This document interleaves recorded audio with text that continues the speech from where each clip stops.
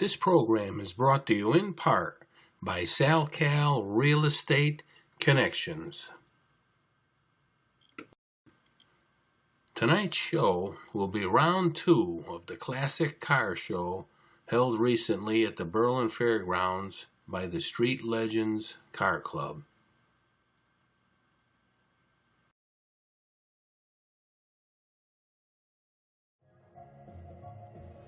Yes, we come across a familiar face, Butch Forty, in this absolutely gorgeous T-Bird. I have never seen this car, but I bet you know a little bit about this car, Butch.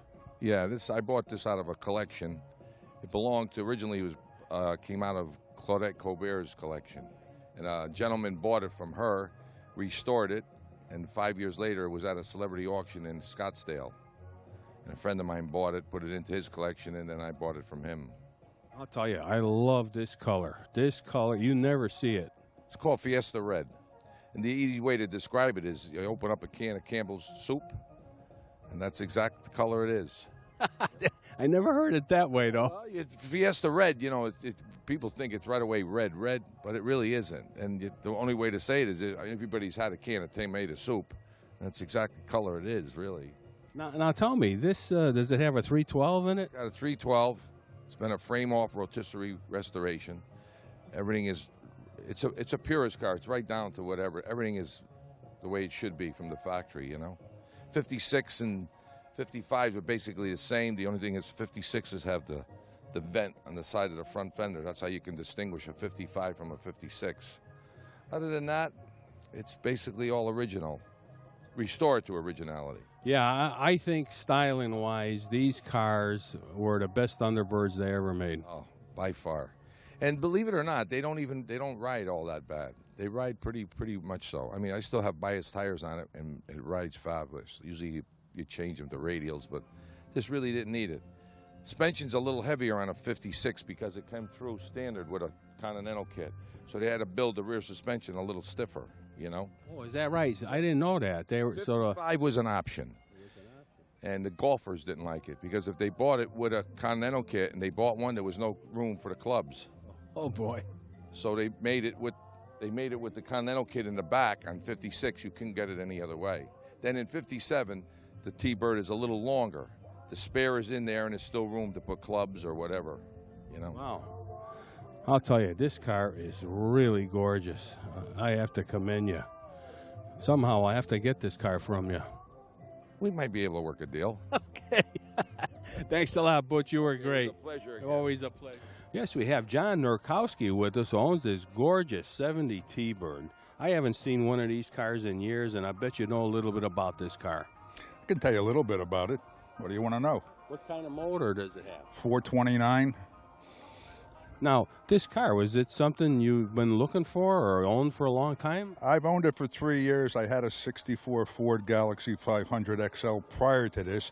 I wanted a car with a little bit more luxury to it, power windows, that type of stuff. Got spoiled by my everyday driver. Was looking through a lot of dealer sites. I happened to run across this from a dealer down in Florida. It just struck me. I've never seen another one in years. And it was different. That's the reason I wanted it. I called the dealer. We talked. I emailed them pictures of mine. We did an even trade.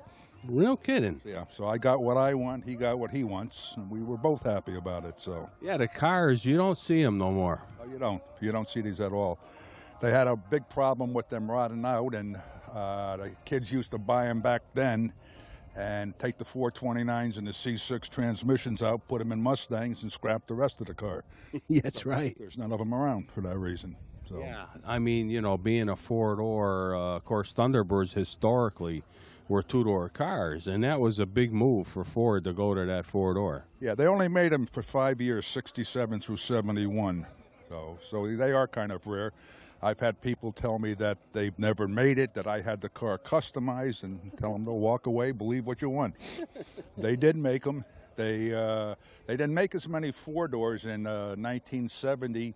They made 8,401 against 32,000 two-doors, so there was a lot less four-doors made in that Yeah, year. yeah. I had a good friend of mine owned a car like this, and you know, over the years I've noticed that, like I said, you just don't see them. No, you don't see them at all. So glad I have it. Well, we got to commend you. The car is gorgeous. I'm sure you're going to do well today, but I'm sure you're going to enjoy this car. Yeah, I do enjoy the car, and I do well just showing up here and being with people. Trophies don't mean that much. That's what it's all about. I just don't hear that, but It's about having fun. it is. It is good. In driving the car. Right, and enjoying, and I drive it everywhere I go, as much as I can. Good. That's what I like to hear. I want to thank you, John. You were excellent, and I'm sure we're going to be seeing each other down the road. Okay, thank you. Thanks a lot. Right. Yes, we have Dennis Serra with us, who owns this beautiful 69 Chevelle, and I bet you know a little bit about this car, Dennis. A little bit. I've owned it since 2000.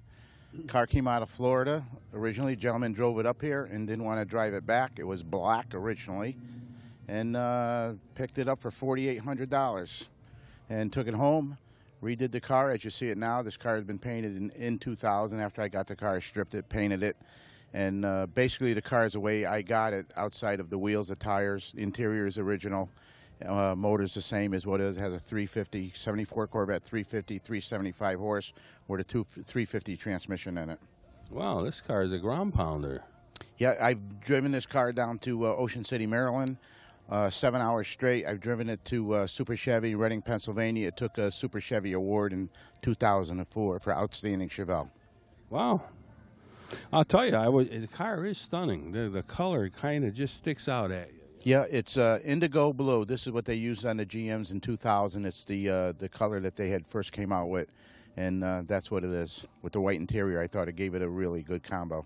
Now, were you always looking for this particular year car? I've always been into Chevelles. I had a 70 convertible years ago, and when I was looking for another Chevelle, I was looking for another ragtop, and unfortunately there was none around. And this car I hadn't seen a bargain news out in Norfolk, Connecticut. I went out and took a look at it, and I ended up driving it home. That's how it usually happens, right? Well, I'll tell you, the car is real pretty. I'm sure you're going to do well, and but you're going to have some fun with this car. I bet you go to a lot of cruise nights. Unfortunately, this year this is probably the 5th time this car has been out this year, only because I've been so busy doing other things. But I really love driving it. Sometimes we'll just take it out for a Sunday ride, not even go to a show, maybe take a ride down to the shore, take the wife out and go out for dinner somewhere with it, and just go and enjoy the car. It rides like a new car. Yeah, that's, you know, some car people, you know, or I call them trailer queens. You know, they never leave the trailer, you know. They never drive them, but in my thinking, you know, the car should be enjoyed. And I do. This car, you see this car in a trailer, you better call 911 because it's stolen. This car has never been on a trailer, and it will never be on a trailer. As far as I'm concerned, this car will be driven everywhere I go. Well, we're certainly glad of that. I want to thank you for the interview. You've been great, and I'm sure you're going to do well here today. Thank you very much. Appreciate it. Thanks a lot. You were great. Yes, we have Eileen Mogensen with us, who owns this absolutely gorgeous silver Mustang, a 1964. And I'm going to tell you something. These are my very favorite cars. I owned a brand new 65 when I was growing up, and I bet you know a little bit about this car. I do. It's a 260, the smallest engine they made. It's a real granny car, nice, quiet. I'm only the 5th owner. Retired nurse bought it brand new. When she passed away, she left the house to her parish and the car to the priest, who stored it for about 15 or 16 years. And then it's been passed on. It's a Connecticut car. It stayed in the Guilford-Durham area the whole time. The interior is all original. It's had one paint job. Everything else is original on it. Well, I mean, being a 260 had to be an early car, too. It was built in July 3rd of 64. They started production on these April of 64. I was at a car show in Northford, and a lady came up to me and said, "Oh, there's a car just like yours over on the other side." So I went over, exact same car, except it was in the convertible. People don't think that that's the original interior and an original color. Same car. No kidding. I actually had a 64 Mercury Comet. Yep. There was this color and with a red interior. Yep. These frames are from the Comets, I believe. The Fords were used. They used the Comet frame. Well, for Comet, and they used the Falcon too. Falcon, Yeah. right? Yeah. Well, I'll tell you, the car is absolutely gorgeous. I really have a soft spot in my heart for Mustangs. you know, just something that gets into your blood. And I have a silver Mustang here today too. It's an '82. It's down the line a few, you know, but they are just a favorite car of mine, and I could tell this probably was an attraction for a long time. It has been. It's won an award back in about 8 years ago at the Adirondack Car Show. And I hope to have it for its 50th anniversary in 04. Or 14, rather. I'm losing a decade. Time flies when you're having fun. Yeah, we've been to, you know, every 5 years they have an anniversary. We did go to Charlotte. We went to Nashville. But I missed last year, or the last time they had it. I think it was in Alabama. Oh, I wonder where it is for the... Yeah, I don't know. I'm going to have to find myself there because I'm like a kid in the candy store there. Yeah, I belong to the Mustang Club that's up in Massachusetts. I just joined. So I'm going to try to find out where the Big 50 is. Yeah, absolutely, and I'm sure we'll see you there. Well, Eileen, I want to thank you for having a word with us. The car is gorgeous. Thank you. I appreciate and, that. Like I said, it's a real granny car. It's not souped up and hot and noisy. That's why I bought it. We were at a Connecticut drag reunion show 2 years ago. My husband belongs to that. And all these loud cars were coming in, and this thing just purred in the driveway. And I said, I got to go look at it. It's so nice and quiet. It's my kind of car. And it was for sale. We bought it the next night. Now, your husband, he's a Chevy guy or what? Yeah, he had a 67 Chevy in high school. And unfortunately, he had to go to Vietnam, so we sold it. And he's always, you know, had his heart open for it. And we found this out in someone's backyard about 10 years ago, and it sat in our yard for 5. And then he finally started redoing it from the ground up. So he's got a lot of work in his, but he allows my car in the garage. Well, we want to thank you. You were great, and I'm sure we're going to run across you in the future. Okay, thank you very much. Thanks, It's been a Eileen. pleasure. You were great. Thank you. Thanks a lot. Thank you. Yes, we have Ty and Eileen Mogensen here, who owns another silver car of all things. Now, tell me, was this something you always wanted to do?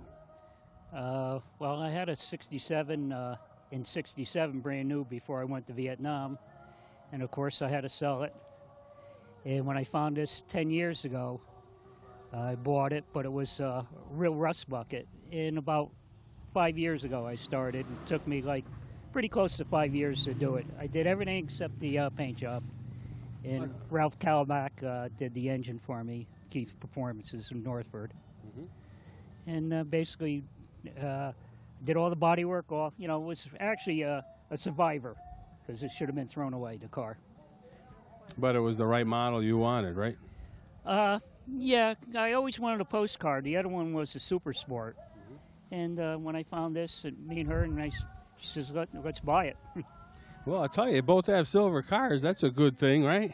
And they're both very, I'll tell you, sought-after cars. Mustangs and these Novas really have a real big following. Yeah, I always kind of, when I lost the 67, I kind of really wanted another one before. you know, a bucket list, I guess. You know, it's strange. Over the years, I owned a brand new 65 Mustang. I've had a 65 Comet, too, that was that color, actually. I had a Z28 Camaro that I loved that car. It was dark blue with white stripes. I had a Camaro convertible, 68. So I've had both. I'm not, you know, just one way. Well, she wanted the Mustang, and, you know, I had my project car, so. And I got tired of waiting while he was restoring the other one, so we bought that one as is, and his was still in the restoration stages. Well, that was a good investment. Yeah. I'll tell you that right now. Well, because of the low VIN number and everything, because it was, you know, early production. Yeah, and the great shape. You know, when I saw it had a 260 in it, I said, that's got to be an early car. Yep. Yep. I think 64.5 was the only year for the 260s. Then they went to the 289s. But they both, like I said, have real good followings, and I'm sure you go to different events for either car. Well, this is the first year for mine, so I'm kind of having a little fun with it before I upgrade it this winter again. And I bet you can't wait to get to the drag strip. Well, this year I still got to do some upgrade to the rear end for next year. Now I'll probably I won't go like I was when I was 20 years old, but I'd like to go up there once. I go with Ralph Kalbach. He has a top sportsman dragster. So I still got my hands dipped into it. Now, the motor, what basically is it? It's a 350, but it's got the 400 crank stroker. Ralph put it on the dyno. We're out at like 460 horse on pump gas. Wow. It's a ground pounder. Yeah, it's. I haven't really laid into it yet, so we'll see what happens next year. Now, you running a Power Glide? Or no? No, old Rock Crusher 4-speed. Oh, it is a stick. Yeah. Oh, I love stick cars. Yeah, you know, if I was going to do something steady with drag racing, I'd put a 2-speed Power Glide. But I used to drag race with the 4-speed. Yeah. And it's different. Let me tell you, it's a lot of fun, but it's tough to be competitive. Yeah, we had a D-Gas 55 in 66 and A-Gas Anglia in 68. So we went to an automatic with A-Gas, so it was a handful on the track. So just to keep it on the ground, right? It was a squirrely little car, so we had fun with them. Oh, absolutely.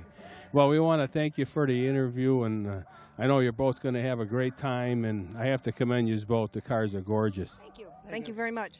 And I'm sure we'll be running into each other again. I wouldn't doubt it. Nice. Thanks. Nice. Okay. Ty, thank you. Good luck. Thank you. Thanks a lot. You were great.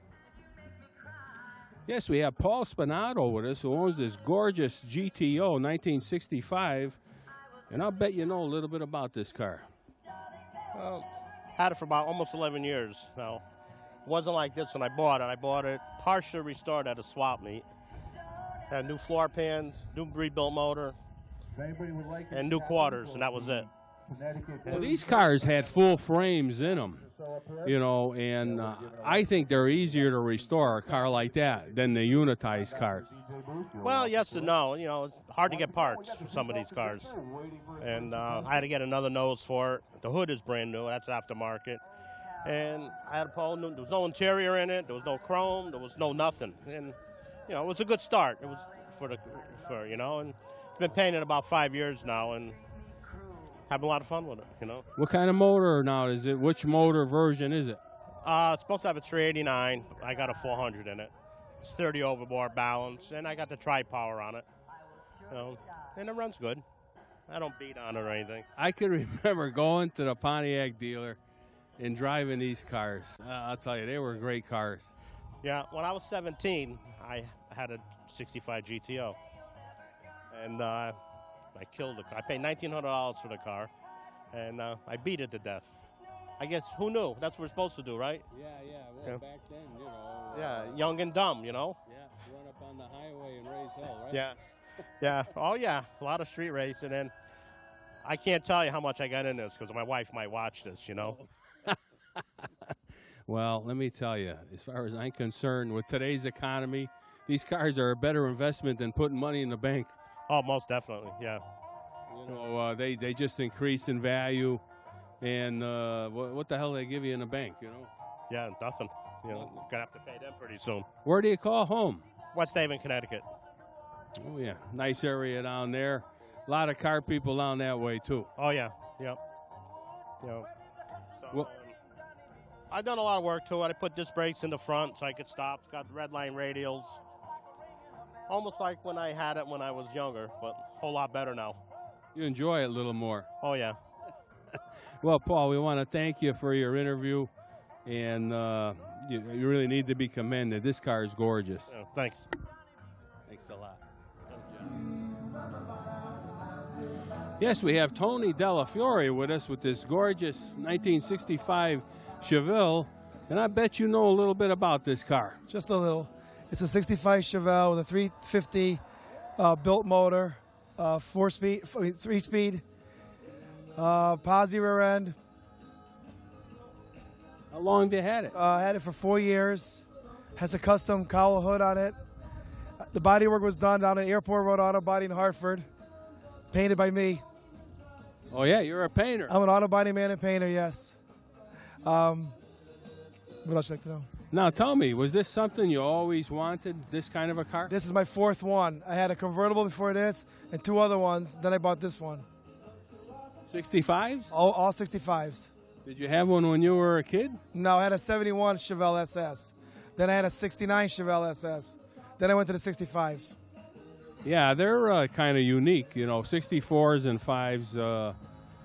You know, they were to me they were the perfect size car. I like the size of them. My wife had a 66, but it was like a bigger car. A little bit bigger. I like this one. It's the boxy style car. It looks like the tough muscle car. And I'll tell you, this color is getting popular. You know, no matter what car shows we go to, we always see bright yellow cars. This was pale yellow when I got it, real light. I decided to go. I know the color. Yeah. I decided to go bright yellow with the black stripes to make it stand out a little bit from the crowd. Well, you certainly accomplished that. I have to commend you. The car is gorgeous, and I want to thank you to have a minute or two with us, and I'm sure you're going to have some fun here. Thank you. Thanks. Great. Yes, we have Steve Spizak with us, who owns this 69 Buick Skylark, and I'll tell you, there's some things on this car that I didn't even know existed, and I bet you know a little bit about this car. Yeah. This car, well, you want where I bought it, or? No. How long, when did you get it? I got it 5 months ago. I got it off of Craigslist. Some people in East Haven were posting it. Went down there, took a look at it. Made them an offer. They were really nice. They lowered the price a little bit. And then I took it home and just started ripping it apart, seeing what was going to fail, stomping on the brakes, see how many brake lines would blow up and how many leaks it had, and I had to chase all that. And I had everybody telling me I should just take everything out and replace it with brand new, but then it just depreciates the value, so I left most of it in. Now, this car has got a 6-cylinder engine, which I'm telling you, that's the first one I've ever seen. Yeah, well, even the people that do have them, the reason you don't see them is they take them out and they replace them with V8 models. And it really depreciates the value like I was talking about before. So I just struggled with it and got the 6-cylinder running the best I could and left the original transmission in it, which makes it all matching numbers still, so it still has its value. Just little odds and ends. It didn't need that much work, but it's a very snappy car for a 6-cylinder. Now, were you looking for this particular kind of car? No, I was looking for a 70, but they're hard to find. And I happened across this one, and I said, I'll just do it. So I just bought this car. The other 3 Skylarks I owned were 70 or newer. This is probably the earlier 69, so I didn't even know they had 6 cylinders or this transmission in them until I saw it. I opened up the hood when I went to go look at the car. I was like, huh? Yeah, when I walked over and saw it, I said, wow. Yeah. But it runs like a clock. It starts right up. It doesn't run too good with the new gas they're using now, but, I'm going to take care of that Monday probably. They're going to do something to the carburetor, make it run a little better with this cheaper gas they're selling now. Yeah, that's always a problem, especially with the muscle car era cars. Well, I have to tell you, the car is very unique, and I got a feeling that you're going to have some fun with this car. Yeah, it needs body work. It has a little rust here and there. But it's all here, and it looks old because it is old, and that's, I guess, why people like it. You could tell how old it is just by looking at it. It shows its age. And it's not that expensive to restore a car like this. The parts nowadays for something this old, they really want to get rid of them off their shelves, so they lower the prices. But a little bit here and there, and it's just getting harder and harder to find cars like this to restore without finding a piece of Swiss cheese. Yeah, it's not fun. You're right. The numbers are dwindling, and I'll tell you though, the collector car world is alive and well. Yeah, well, you could see them all here now. This is how many people care, That's right. Well, we want to thank you, Steve. You were excellent, and I'm sure we're going to catch you on down the road. All right. Thanks a lot. TV, man. Good job. Yes, we have Anthony Denuzzo, who owns this absolutely gorgeous 69 Camaro, which I'll tell you brings a soft spot in my heart. I had a Camaro like this at one point, and I bet you know a little bit about this car. Just a little bit. I've owned it for a while.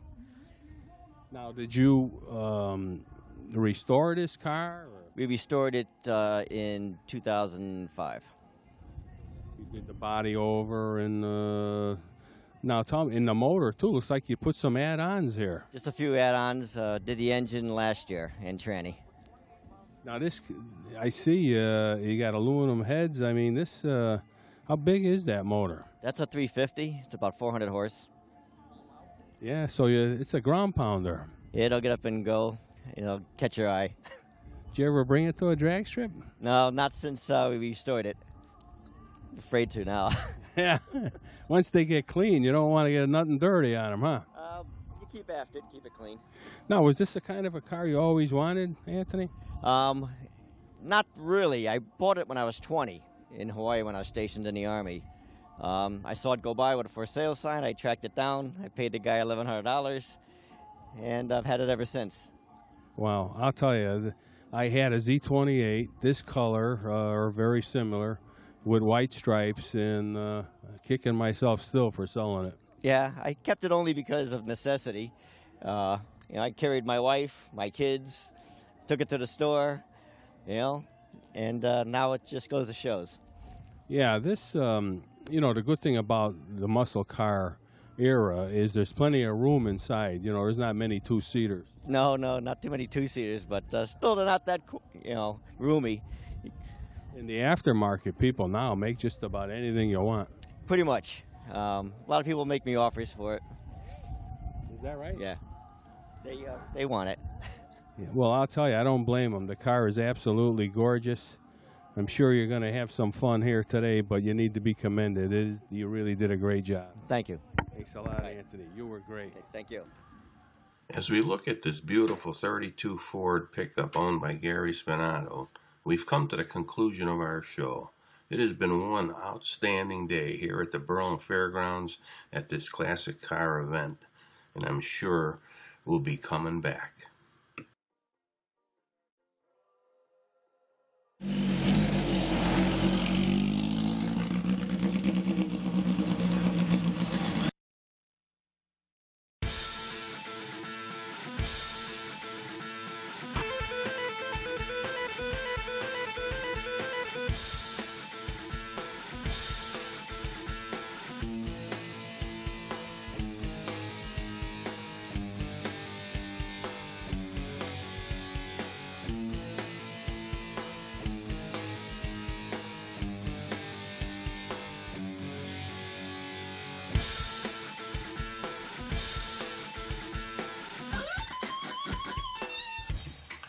This program is brought to you in part by SalCal Real Estate Connections.